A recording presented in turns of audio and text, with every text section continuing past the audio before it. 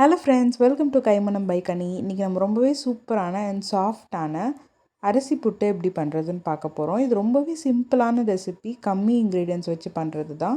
But எட் ரொம்ப டேஸ்ட்டாக இருக்கும். வாங்க எப்படி பண்ணுறதுன்னு பார்க்கலாம். ஃபஸ்ட்டு நான் ஒரு 2 கப் அரிசி மாவு எடுத்திருக்கேன். அரிசி மாவு வந்துட்டு இந்த மாதிரி கொரகொரப்பாக இருக்கணும். ரொம்ப ஃபைன் பவுடராக அரைக்கக்கூடாது. இந்த அளவுக்கு நீங்கள் அரைச்சி எடுத்துக்கோங்க. நான் 2 கப் எடுத்திருக்கேன். அரிசி மாவு பச்சரிசி 1 ஹவர் ஊற வச்சுட்டு அந்த தண்ணியெல்லாம் ட்ரெயின் பண்ணி ஒரு 75% நல்லா காய வச்சுடுங்க. நீங்கள் மிக்சியில் போடும்போது லைட்டாக அந்த மாய்ஸ்சர் இருந்தால் போதும், ரொம்ப தண்ணி இருக்கக்கூடாது. இந்த மாதிரி அரைச்சி எடுத்துக்கோங்க.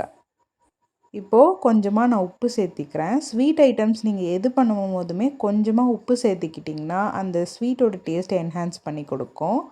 அதையும் சேர்த்திட்டு கொஞ்சம் கொஞ்சமாக தண்ணி தெளித்து நல்லா மிக்ஸ் பண்ணிக்கலாம். உங்களுக்கு புட்டு பதம் தெரியும் இல்லையா? ஜஸ்ட்டு நீங்கள் நல்லா மிக்ஸ் பண்ணிவிட்டு அந்த புட்டை நீங்கள் ஹோல்டு பண்ணிங்கன்னா அது வந்துட்டு ஒரு ஷேப் கொடுக்கணும். அதுக்கப்புறம் நீங்கள் உதுத்து விடுற மாதிரி இருக்கணும்.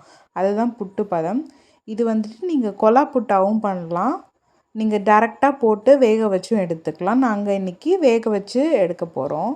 ஸோ இந்த மாதிரி டைட்டாக பிடிச்சேன்னா அது ஒரு ஷேப் மாதிரி வரணும். அதுக்கப்புறம் உதுத்து விட்டுக்கலாம். இதுதான் வந்துட்டு பதம். கொஞ்சம் கொஞ்சமாக தண்ணி தெளித்து நீங்கள் வந்துட்டு நல்லா மிக்ஸ் பண்ணிக்கோங்க. ஒரே அடியாக தண்ணி சேர்த்துட வேண்டாம். இப்போது இந்த மாவை நம்ம இட்லி குக்கரில் ஸ்டீம் பண்ணி எடுத்துக்கலாம். இட்லி பாத்திரத்தில் அடியில் நான் தண்ணி சேர்த்தி ஒரு 5 மினிட்ஸ் நல்லா கொதிக்க வச்சுருக்கேன். இப்போ வந்துட்டு நம்ம ஒரு துணி சேர்த்துக்கலாம்.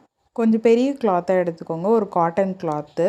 இது வந்துட்டு கொஞ்சம் பெரிய கிளாத்தாக இருக்கணும். நீங்கள் மூடி வச்சு அந்த மாவு வேக வைக்கும் போது புட்டு சூப்பராக வரும், மலர்ந்து வரும். அதுக்காக தான்.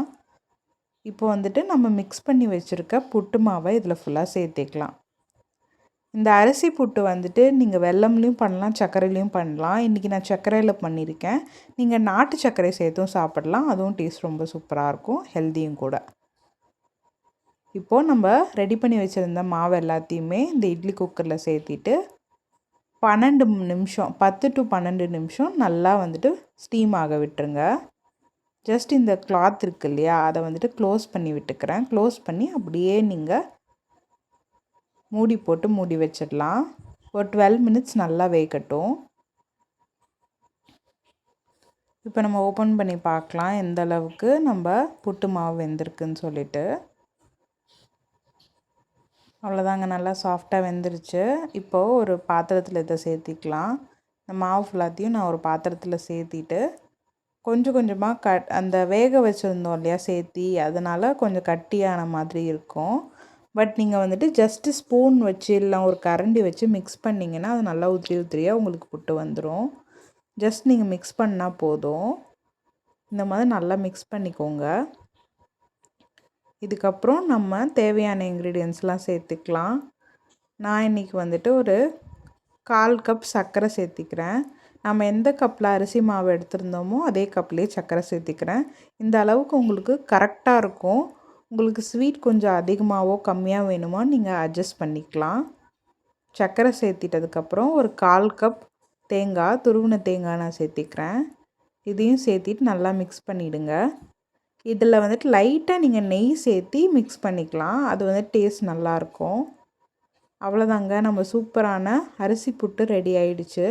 இந்த வீடியோ உங்களுக்கு பிடிச்சிருந்தா கைமணம் பை கனி சேனலை சப்ஸ்கிரைப் பண்ணிட்டு இந்த வீடியோக்கு ஒரு லைக் கொடுத்துருங்க. தேங்க்யூ ஃபார் வாட்சிங்.